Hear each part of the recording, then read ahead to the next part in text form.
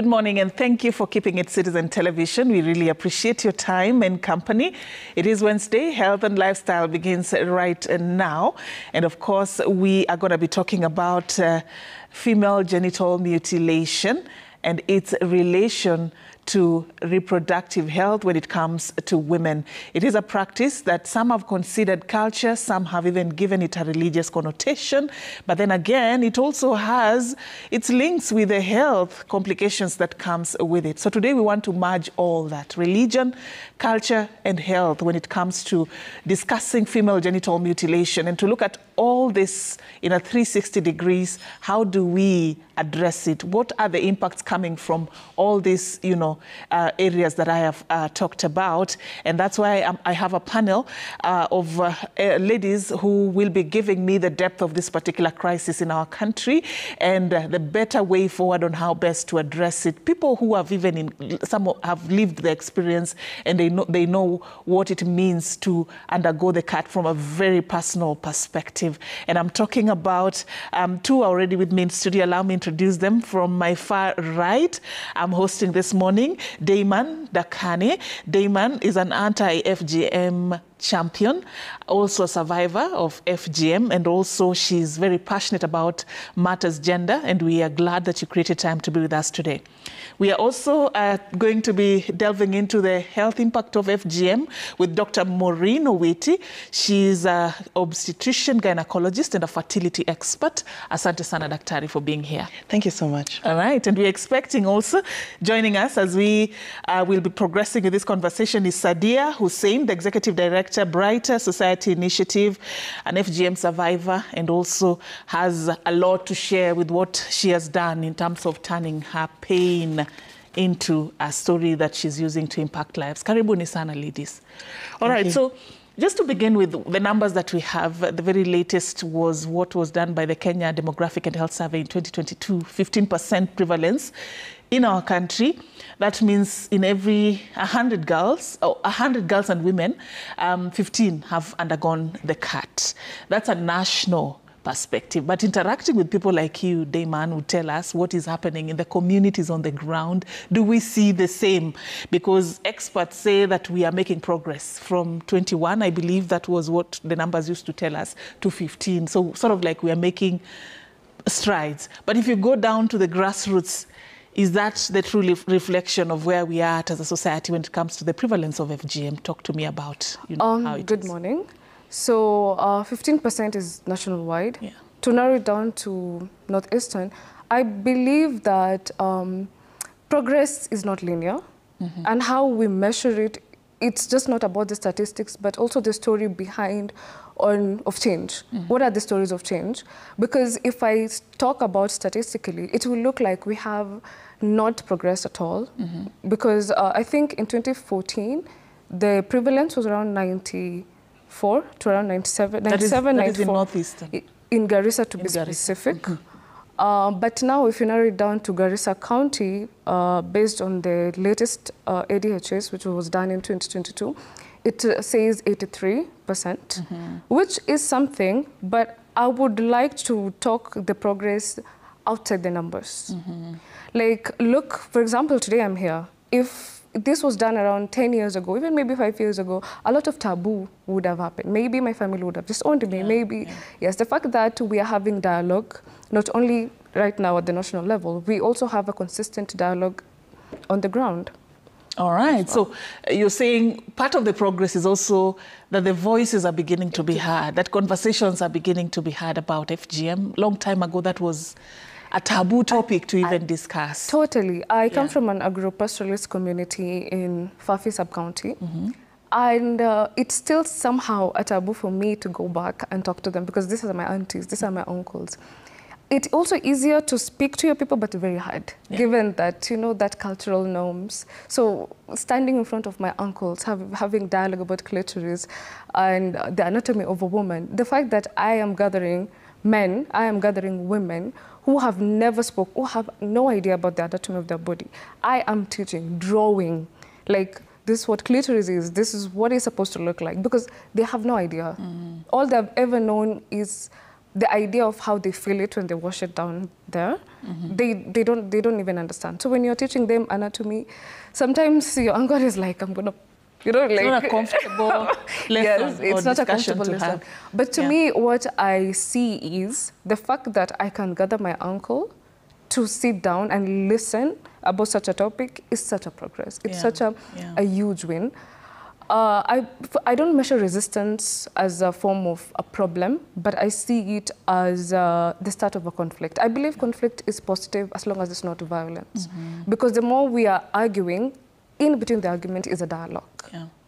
And that's how the conversation starts. I like how you have begun from a point of optimism. I mean, despite the challenges that you're facing in terms of pushing this progress, you're actually saying that it's a start. I mean, it's not bad that people are still resisting, people are not understanding, and the fact that it's uncomfortable. And we'll talk about later, you know, why men, you know, came on board and why it was important to go that direction. But Daktari, also just looking at the numbers and, you know, the trends and the progress that we have made even within the communities and even nationwide, what are your biggest concerns or key highlights, things you'd like to share with us with regards to whether we are really headed towards the right direction when it comes to this issue of female genital mutilation? Okay, so I think I really love Demon's story because that's a lived experience, and nothing is more powerful than what is called a lived experience, because she really understands the depth of this. I'm a clinician. There's somebody, you just hear the story, but you don't know what the person who has undergone this has actually gone through. I cannot relate to what she has actually gone through. But back to the numbers. These numbers, I feel like, Damon, I'm also that proverbial optimist. And what is bringing about this change? And it's looking at society. What has happened in the past few years? We have looked at that primary education, I think, is completely free. And government also wants 100% transition of primary to high school. And this is what is giving that impact, because there's a very big correlation between education and some of these practices. So you find if you have a community where the girls are not educated, or the people generally, the standard of education is very, very low. You have a higher prevalence of FGM and all these other practices that go with it, early marriages and all that type of thing. Another thing also is also the socioeconomic status. So if you look at communities who are more socioeconomically empowered, the rate of FGM, again, is going to be much, much lower. So what has been happening with this, at least on education, the government has really put efforts, which has really made so that when somebody is educated, they have access to information because they can read for themselves. They can find out for themselves what's happening. And again, mobile penetration. You also have to understand that because of that, we are in the information age. So even a person in Garissa who has access to a mobile phone can have access to this information. So as she said, it's the beginning. It's not 100%, but at least it's a start. And I like what she's talking about. You find that in a lot of these communities, they are very patriarchal. So if you have not gotten the buy-in from the men, you're not going to get... They have to give you the green light. You're not going to get the change, because they are the people who decide, my daughter is getting FGM, or yes or no. And if the father is, that is it, there's nothing anybody's going to do. That thing is going to happen. So I really like, and I'm really proud to be associated with somebody like this who can even sit down. Can you imagine talking to your uncle about your private area? It's even for us who are not necessarily Muslim. It's not even about the religion. It's just something. Reproductive health is something that, for majority of people, it's not something you want to talk about, discuss with somebody else, because we all know it's a bedroom manner. It's behind closed doors. It's uko. In the dark. It's hush. So that she can come up and say she can actually talk to her uncle and draw. Even me, I'm a gynecologist. I don't think I'd have that strength that I'll call, hey, uncle, so and so, come. I draw for you a clitoris over here. So kudos to her.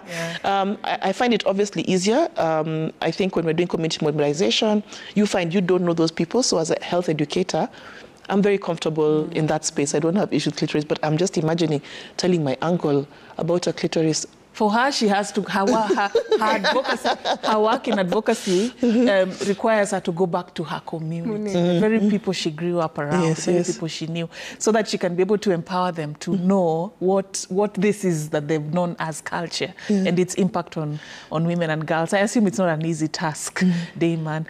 It's not. Actually, sometimes you have to be the sacrificing stone. When I say sacrificing stone, I was not born or raised in Garissa. Yeah. So when I went back, it was a reversed, how do I put it, reversed culture shock, because it's my own culture. Yeah. So when you go there and you're quite vocal, there's, how do I put it? There's a way you're being put at.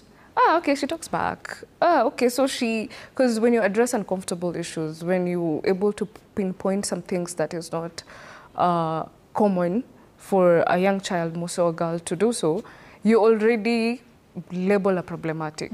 So I was like, okay, if me being a problem will be a pathway for better problems, for better problems that we have to go away, why not? Because this is something that I am passionate about. I grew up dreaming I'm going to be a journalist, by the way. Jamila Mohammed has been my inspiration growing up. Oh, wow. Wow. Yes. Oh. Hi, Jamila. Good morning. Yeah. So, as someone who was born so far away from her place, a lot has been happening on the ground that I used to question. Why am I not seeing this on the news? We are affected by droughts. Like, girls are being married off. Girls are going through. But that's not something I was seeing at the national TV. Yeah. And before I understood Jamila, I think I grew up a bit resenting her. Like, she's ours. Why is she not like advocating for our voice? Why are we not hearing about what's happening in Northeastern? Given that I come from agro-pastoralist communities where like both climate or weather changes affect us drastically. Where sometimes, as much as you can never justify child marriage, you can never justify FGM, but if you look at their angle, sometimes when you put yourself in their shoes, you will understand where they're coming from. And that's not justified. The fact that we have to understand where they're coming from itself is a big problem. All right. Now that you've mentioned that, I was actually going to ask you, having lived the experience, we just know FGM for what it is defined. For a majority of people, they never really relate with how significantly impactful this can be to a life of somebody who has gone through the cut.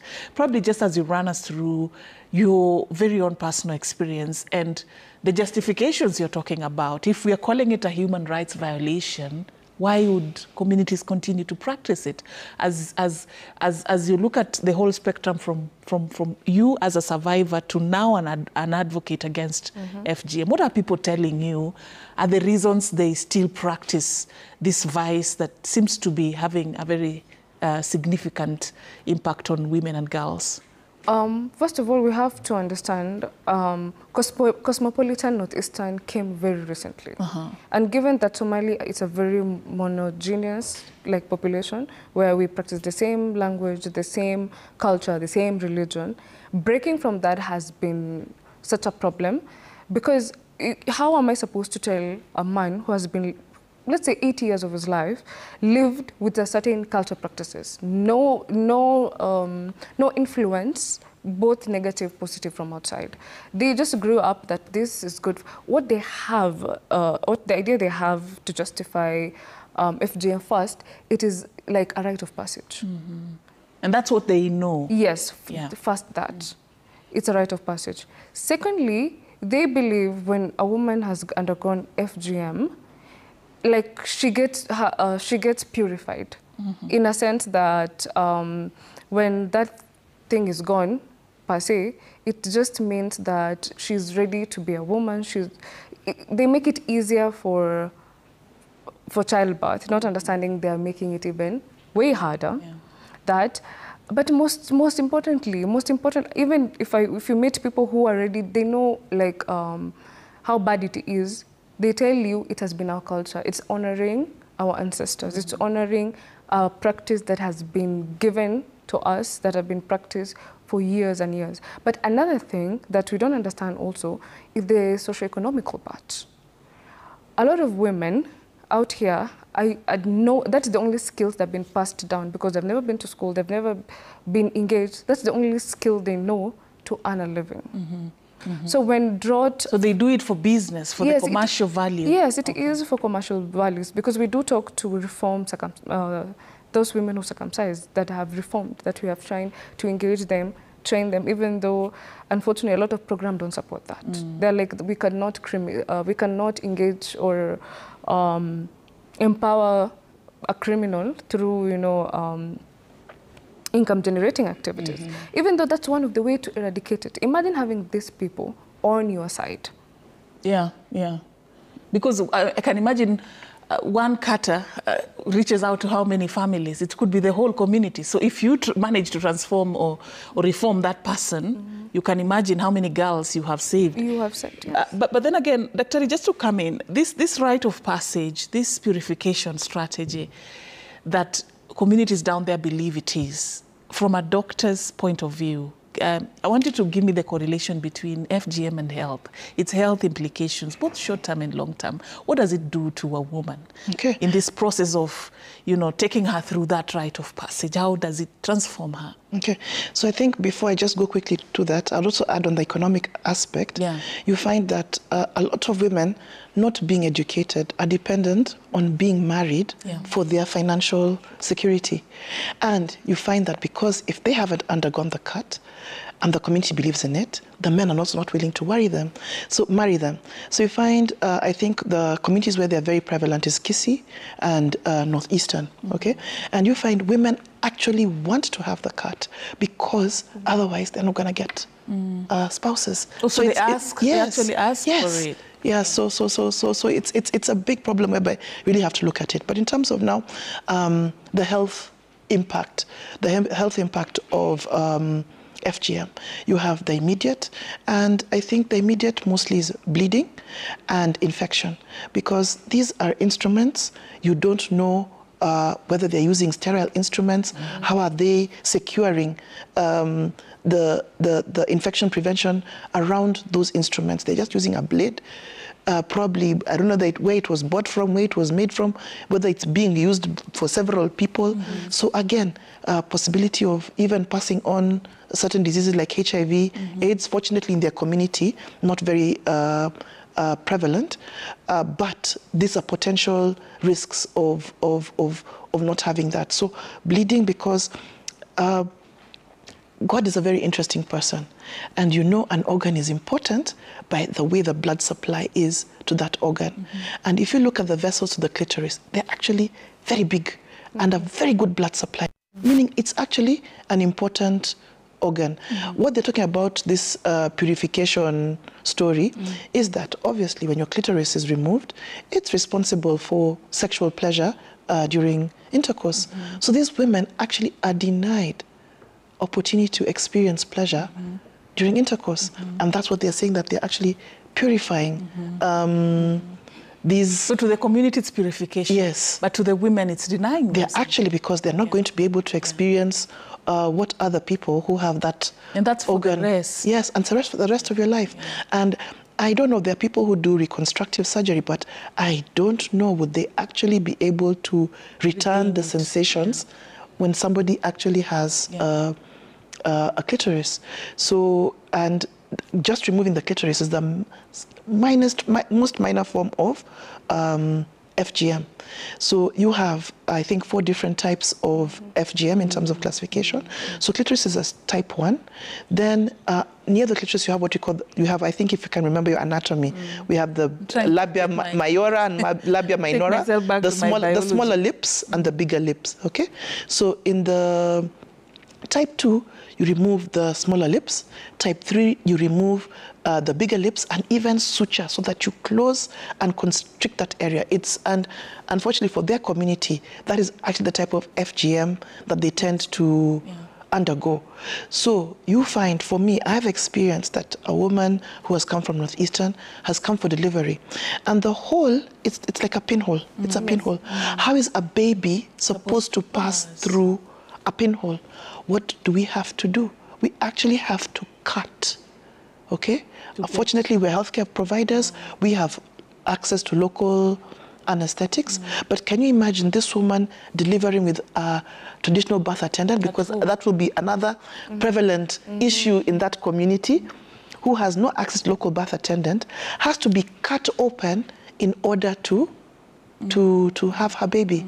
And even, I think there was a famous book, I just can't remember the name of that lady from Somalia. She had a very interesting story, whereby even to achieve her sexual debut, when she got married, to have intercourse with her husband, the husband actually had to cut her in order for them to be able to. So you can imagine that is the trauma you have around something that I think God has ordained marriage, okay? And it's something that is special and should bring the couple together. And that is the type of trauma you're having for such an act. It's completely inconceivable. In terms of birth-related complications, I know we have a lot of birth-related complications, some that even are fetal and cause death. Yes. Where does FGM rank in terms of the birth-related complications that women go through? And unfortunately, girls, because FGM is also performed on girls. Okay, so you can imagine bleeding. Bleeding is one of the leading causes of maternal death during delivery. And again, I've pointed out, imagine this lady has to be cut for the baby to come out, and that's just a source of severe bleeding. Again, you can lose the baby, because if they don't intervene in a timely manner so that the baby can actually come out, the baby is going to get distressed and you can actually lose the baby. Then look at, even say she managed to survive all of that. When you cut, whenever there's healing, you're going to get scars. Scar tissue is not pliable, it's hard. So again, it's not flexible. So you find, again, in future, in as much as you're able to even get through the situation, she still has further complications with further pregnancies. But majorly, it will be the issues of bleeding. It will be the issues of infection, especially immediately after, soon after having the procedure, and birth-related trauma. So it's, and even, as I've said, they're not able to enjoy their sexual life. They're not able to enjoy. And I don't know, because these ladies, again, their culture dictates that you're going to have as many children as God gives you. So they're not people who have 1 or 2 children. They have 10. I mean, as many as you can have as a woman. All right. So I don't even understand what type of threshold for pain these girls have to be able to undergo that. Because I'm like, I had a normal delivery. I've had 2 children. And me, I'm like, hey, someone tells me go back to labor. Well, imagine, it's okay. It's okay. Yeah, and I don't have those issues. Maybe now imagine with those issues on top. Even, you know, for how she's describing it, and you can take us to the communities. Do you see these cases a lot? And what are the most unfortunate stories that you can share with us about how bad it is, you know, within the communities for women and girls to be able to bear this? Okay, I think I will interlink with what she's been saying, because I've been like, okay, I want to add on that, I want to add something. So first of all, unfortunately, Northeastern leads for decades and decades maternal deaths in Kenya, with a high percentage, unfortunately. Given that, there's 2 culprits that contributes to this.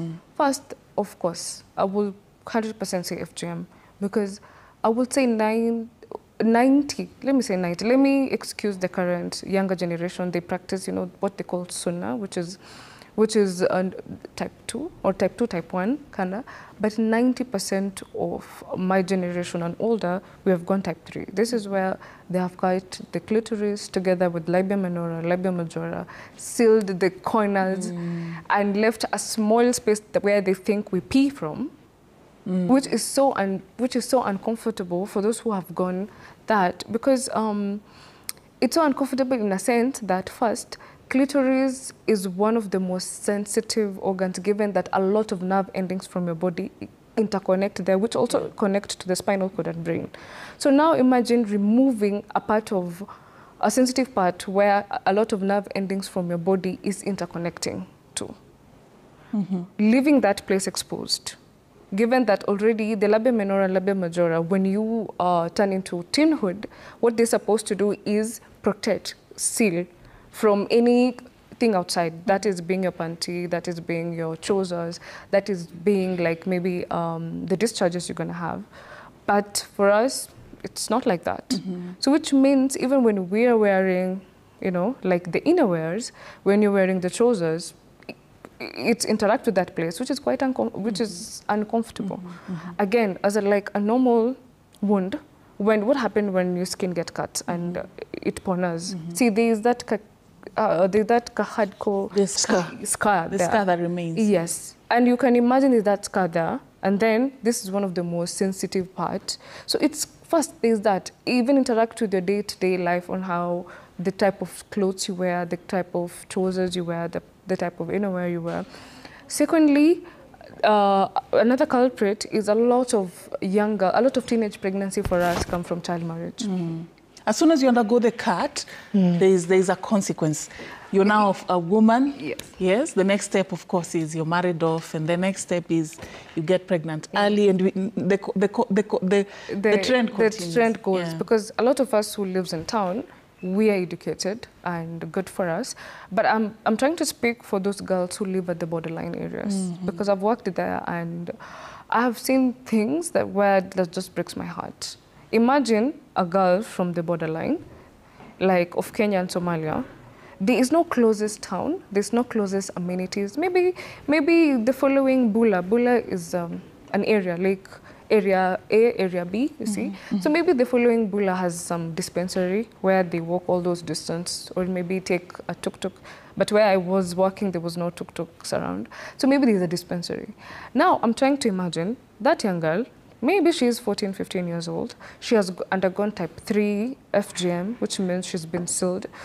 Then she got married. Now she's pregnant. First, the another uncomfort we are also talking about during menstruation period. We do release clots. Now, how is a clot supposed to pass there when that hole is left for peeing, as I'm talking about? Even the clot itself cannot pass there. I went to high school where girls will literally faint when they're passing the clots because that's how painful it is. I'll come back to you, Damon. And yeah, Doctor, I know you have a lot to add on just the impact of what she has shared. And I hope that as you watch this, you're actually beginning to sink deep into what female genital mutilation is all about, understanding it from those who have lived the experience and what they go through really, essentially, after the cut, how it has like a lifelong impact on the life of this woman and this girl. And that, I hope, will inform all of us to be able to have that dynamic shift on how to address this particular vice in our communities. Dr. Whitty, just to add on what she has said, and also just talk to us about the fatalities, because it actually can lead to death, this issue we are talking about. Having a birth-related complication is not an easy thing. So maybe just talk to us about, you know, your additions to her sentiments and also how bad it can get if not addressed as we are going. I think as she was talking, I also, sorry, I'd forgotten to mention, there's the issue of urine. She talked that because it funicas, so you find even the urine has a very unnatural way where it's passing. So this means these girls are more predisposed to infections of the vagina and urine infections. And it's very difficult for them to urinate like a normal person. On top of that, when it goes bad, like they're supposed to leave a small hole. But if they leave a very small space, even that place can completely seal.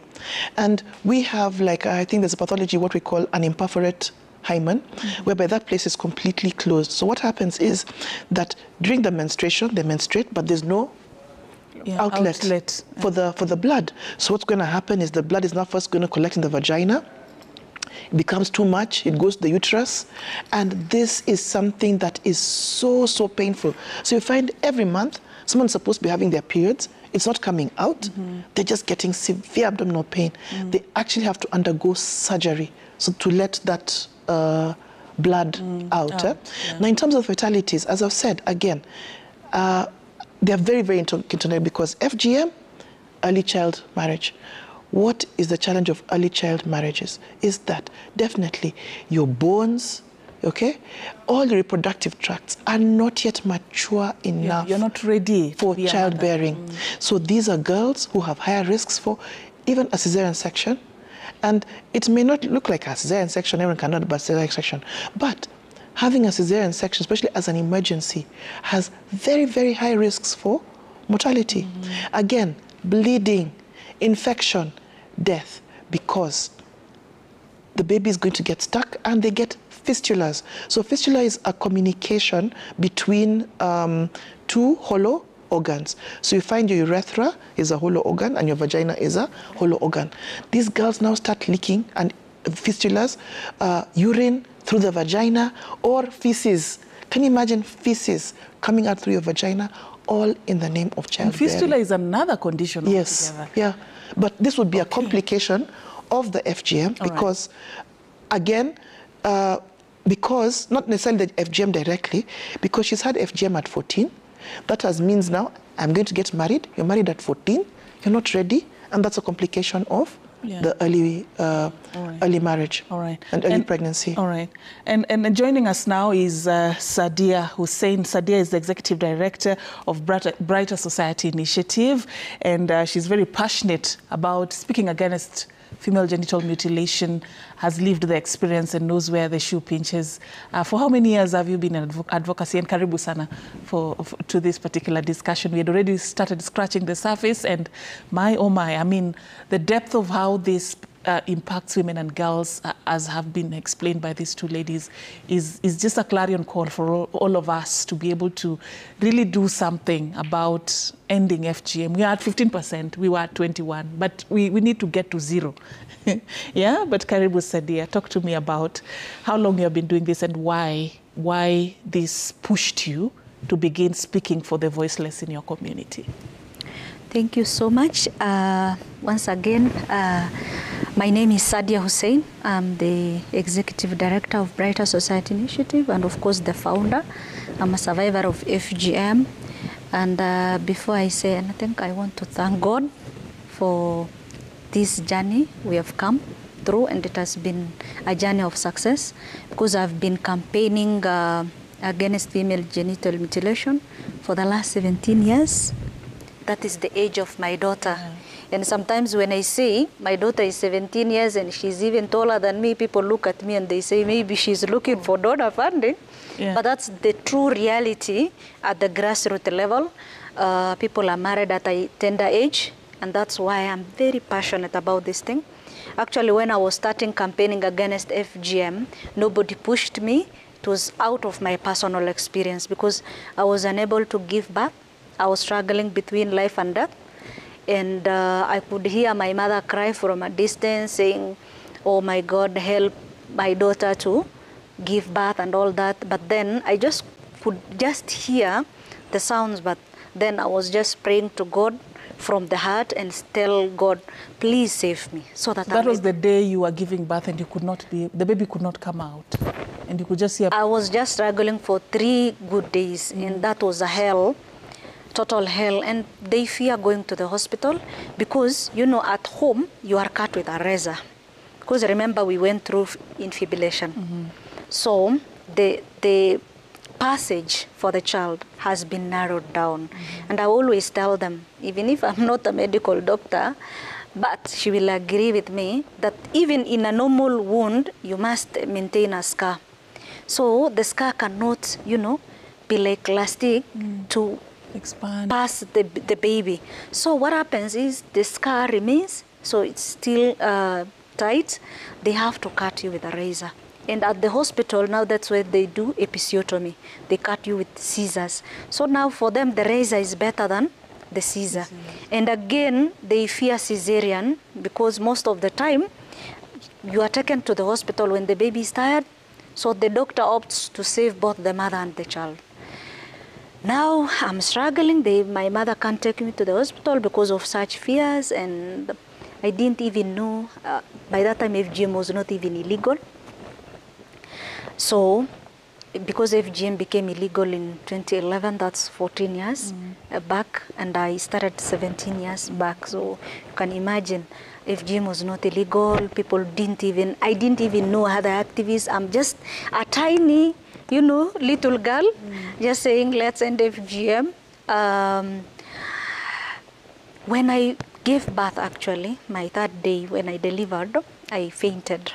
So I started getting, my knee back at around 5 p.m. in the evening. And you know what happened? When I opened my eyes, I could see a little baby lying beside me. And it's a girl being born in this. I don't even know what gender the baby is. So I'm just opening my eyes and realizing there is a baby beside me. And I want to grab my baby. But now that was not possible. Why? Because it was not possible because I couldn't sit again. I couldn't sit. So what happened is that my mother came to help me. I had to sit on the sideways and then take my child. And when I asked Mom, what is the gender of the baby? She told me it's a baby girl. Then I couldn't hold my tears because now I'm asking myself, I had to go through all this. Is this what is waiting my daughter? Yeah, this young girl. What will she go through when she gets to your age? That's when I made the vow that not even just my daughter, no any other girl should go through female genital mutilation. Based on your experience, that was your first child. How many girls? Is it now I have 3? I'm blessed with 3. And exactly what my mother was fearing happened to me. Because the second born, I still had to give birth at home. The last one now, I had to go to the hospital myself. Because I asked myself, you are a learned person, why are you going through this? So I said, let me go to the hospital. When I went there, now the doctor said the same things that my mother was fearing. The baby is tired, there is no passage. And the funny thing, every time you have to deliver, you have to be cut. It can't just happen naturally. You can't. Because of the scar that was caused by FGM. So I was taken directly to the theater. I signed for myself. Even the father of the child was not ready to allow that. I signed for myself and I went to the theater. So when they brought my daughter, my mother is like, is my daughter safe? Because she doesn't know whether I will come alive. Then they are like, you have to do some stitches and all that. So I was brought there now lying lifelessly on the bed. This is the third daughter. Then I said, God, thank you. Because you are truly showing me the sign that I have a role to protect girls. In the society. And I'm blessed. And you started at home. You started by protecting your 3 girls. Actually, my community don't like girls. They have a boy preference. But trust me, for me, I felt blessed. Because I am the 3rd daughter for my mother. I know what I've done for my mother. And then I feel my daughters will follow my footsteps. All right. So they'll come back to you, just hear more about how exactly that protection looks like for you, protecting girls. But Damon, if you look at the progress you have made, because I know you also do advocacy on matters gender and you speak also passionately against it. What are your biggest success stories? What do you see? What do you see that you can put in terms of tangible progress, even in the lives of these girls and these women that you reach out to? I will start with the personal progress. If I told myself, if I'm going to sit or vow that I'm going to end FGM, I'm going to talk about FGM, what exactly about FGM do I want to pass down? Because these people have heard for years and years FGM is bad. But why is it bad? No one ever explained. FGM affects women.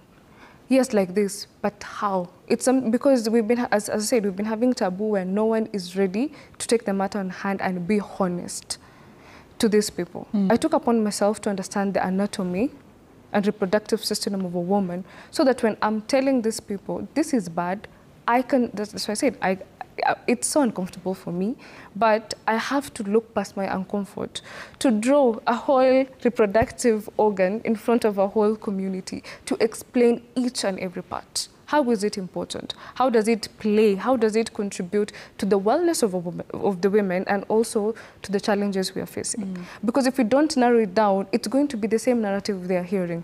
Because these people are not ready to change unless they see a reason to. Unless they see better, because that's what they know. That's what they've been brought up with, and that's what they understand. So unless they see better, they'll not want to change. And as humans, we tend to stick to familiarity because that's something we tend to hold on to familiarity because that's something that has been with us all along. So someone coming and telling you something different, of course, it's going to raise a question mark. And that's why you need to be comfortable with each journey. Utafukuzwa. Maybe the next time they will come and be like, okay, you see, there will be challenges. Till ifike mahali, they are ready to sit down here and even, you know, argue. To me, as I said, the fact that they're there arguing with me, I'm seeing a dialogue within that argument. All right. So we need first to understand the history of FGM. I think that is the biggest contributor. If we're going to see, if we're going to talk and say we're going to end FGM, we need to know where did it come from. Because that is something that our community is so blinded to.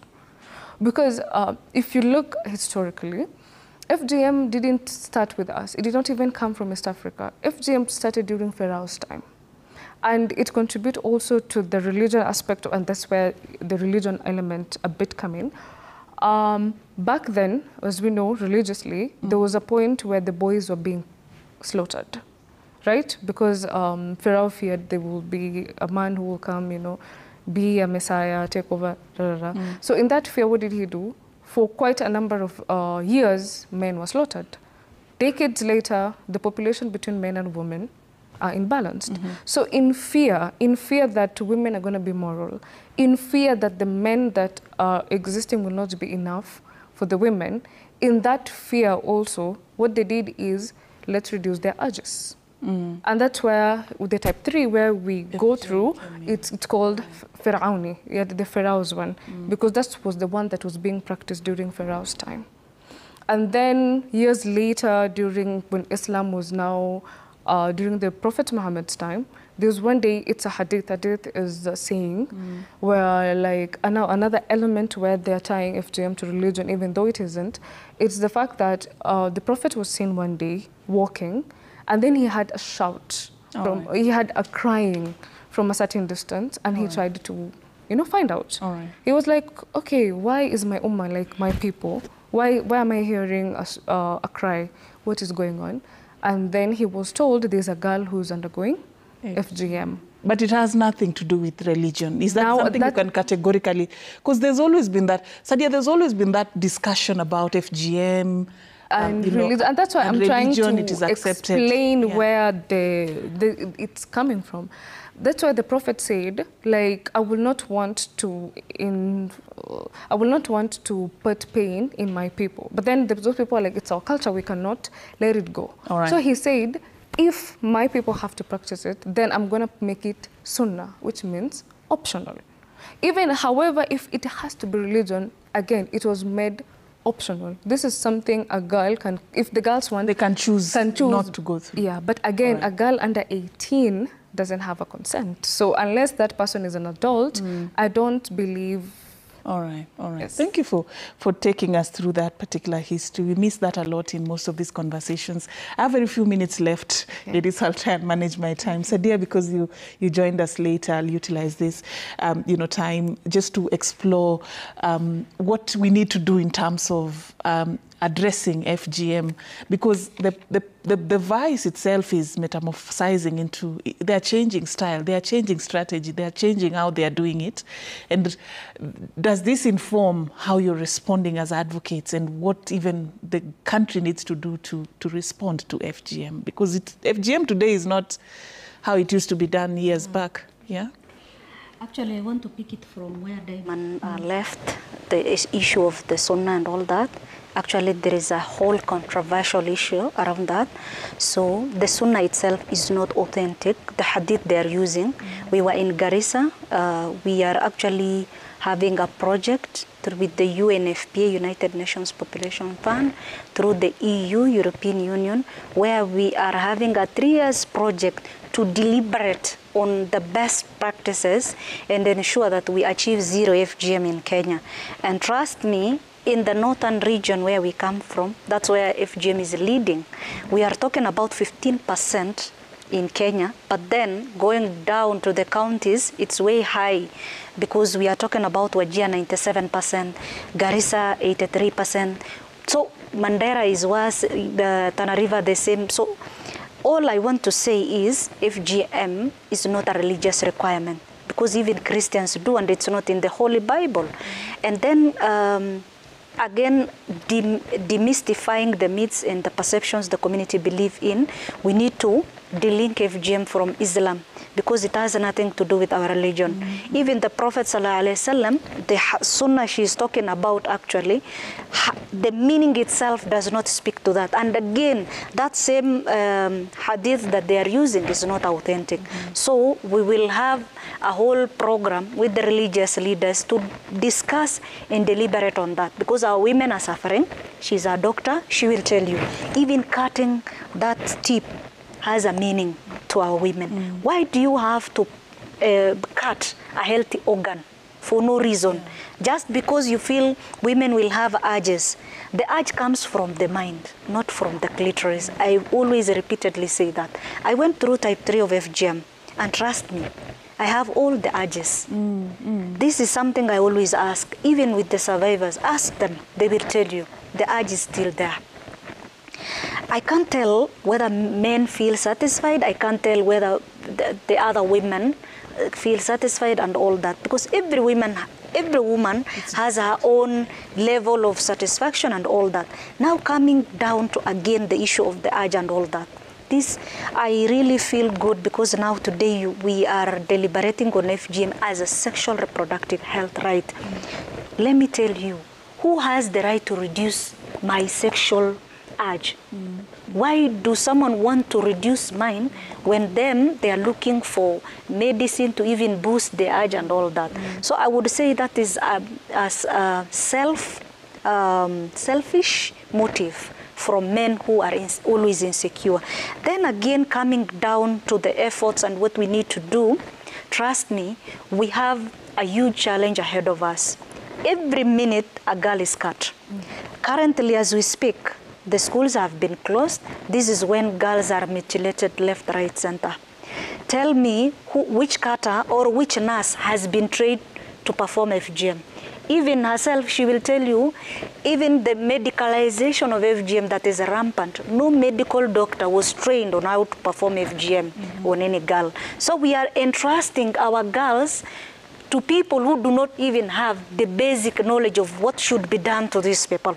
So we are saying, and I advocate as #1 advocate, we are true Muslims, but let girls remain as created by God. They are pure, they are born perfect.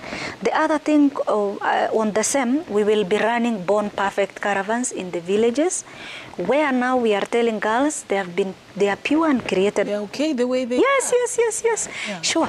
And then again, in the aspect of saying a girl will have an urge, trust me, a girl will never get pregnant without a man being involved.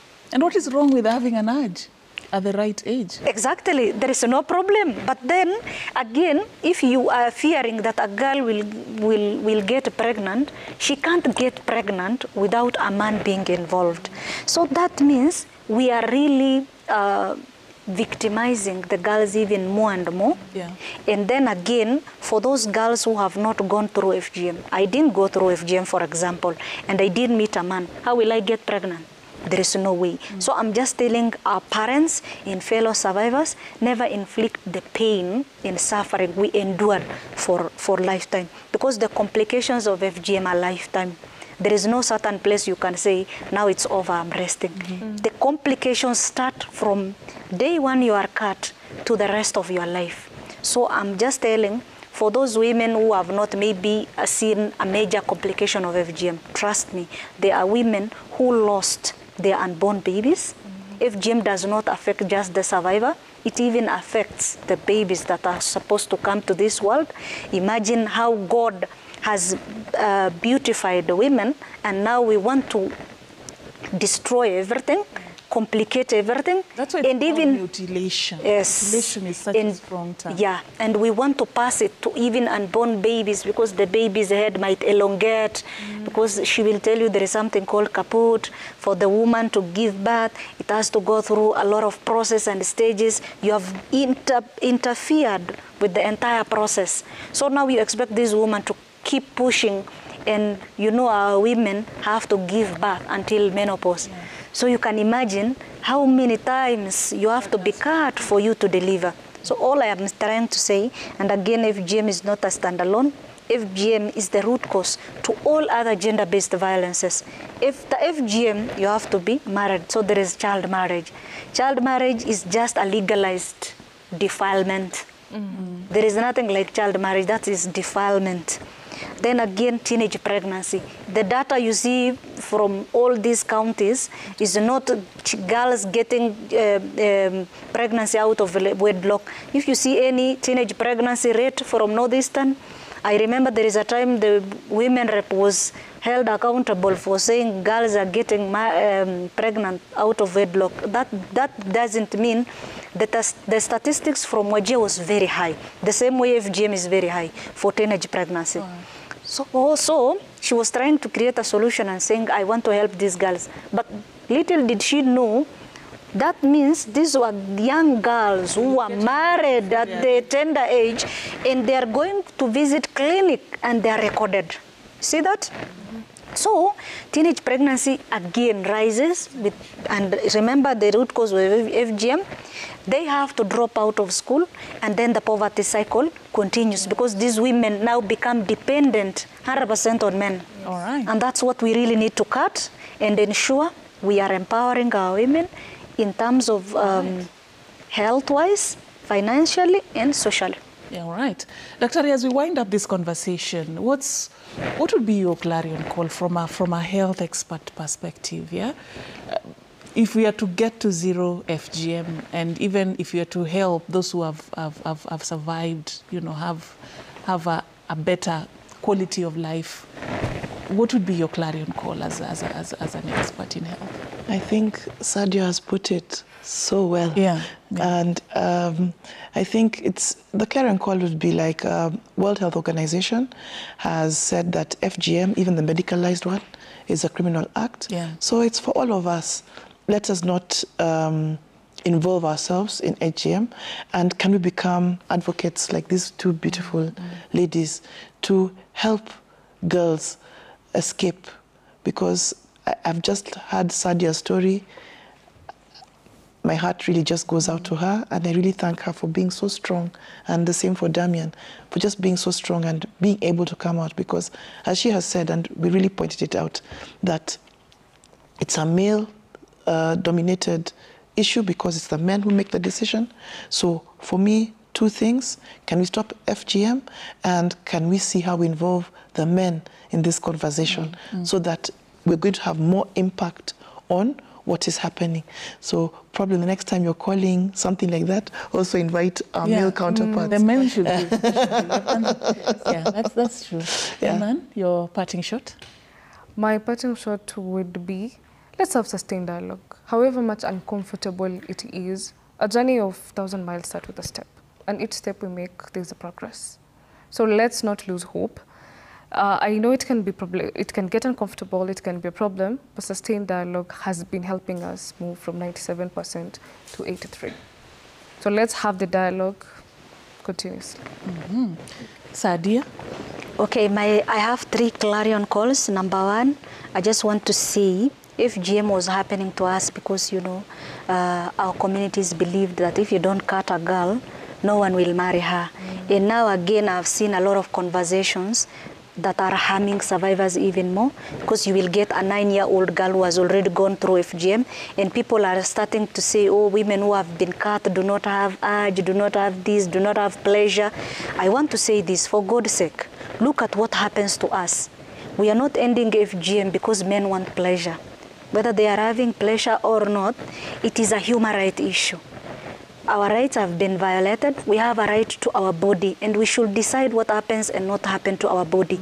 We should not start again changing the narrative by further victimizing the survivors and trying to please men for them to be able to end FGM. It is a right for us to stay the way God has created us. Number two, clarion call is to the religious leaders. FGM is practiced across the world by any denomination. It has nothing to do with our religion. Our religion is Islam. Islam means peace, and we are not supposed to harm anybody. God has really made the religion easier for all of us. Kindly, let us use our powers and influence to ensure our girls are safe from female genital mutilation. The third one I want to say is for all of us, the survivors, the CSOs, the government, this is not a competition. Our goal is to end FGM. Let us avoid, chasing donor funding and trying to, become with messages that even make the community not accept. We need a community-led solution, community-owned initiatives. And when we go to the community, let us speak to them by convincing them, not just making sure you have just ticked the day, you have ticked the box, and as long as you are sending fancy reports and all that, you don't care. For me, it has to be all about the women and girls that we are going to save.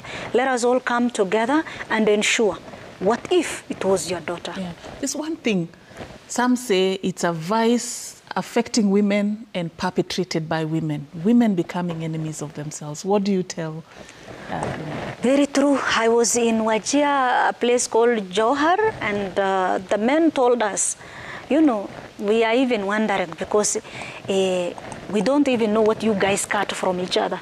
Because you are the perpetrators, you are the victims, and you are the complainants. So be the judge again. And I believe, number one thing I want to say about FGM. First, people believe it's a cultural thing. We love our culture. When you look at me and Damon, the way we are dressed, we love our culture. You can tell we are Somalis, right?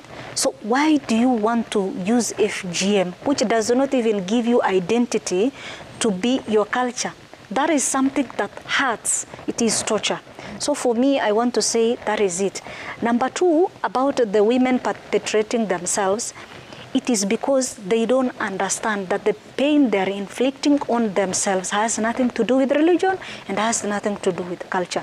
Trust me, when we have the intergenerational dialogues at the community level, when the boys are seated there and saying we are ready to marry our sisters the way they are, whether they have already been cut, we are not going to victimize those who already went through it.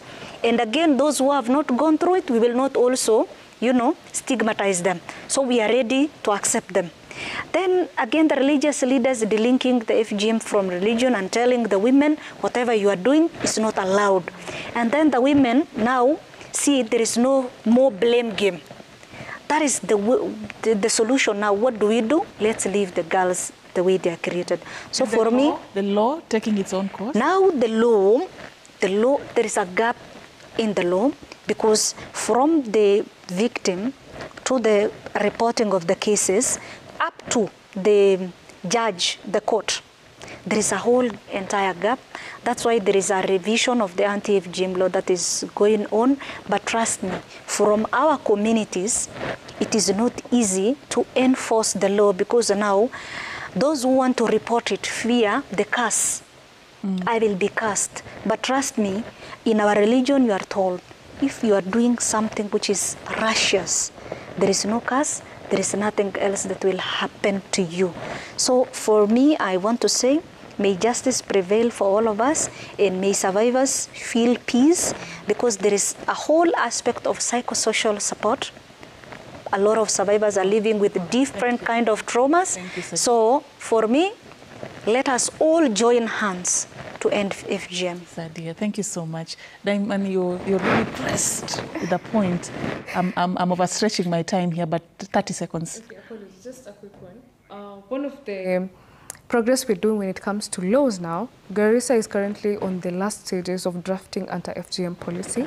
And that is something that we've been like very intentional, involving the communities, the state, all the stakeholders that we feel, be it the religious leaders, all the stakeholders that we feel are very important in this process.